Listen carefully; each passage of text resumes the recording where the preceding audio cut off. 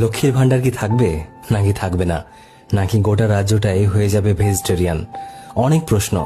সত্যি বলতে মানুষ এতটাও ভঙ্গুর নয়, মানুষের দাবি তো খুবই সামান্য। আমরা শুধু চাই এবার কর্মসংস্থান আসুক, অসুস্থ বাবার ওষুধের টাকাটা আসুক, হাজারো বেকার প্রেমিক প্রেমিকা যেন তাদের দেওয়া কথাগুলো এবার পূরণ করতে পারে। অঞ্জন দত্তের সেই বেলাবোঝ যেন এবার অন্তত একটা ঠিকানা খুঁজে পাই। বিশ্বাস করুন, কিছু মানুষের প্রভাবে অনেক সম্পর্কে ফাটল ধরলেও আমি আজও আমার হিন্দু মুসলিম বন্ধুটাকে আগের মতোই জড়িয়ে ধরি।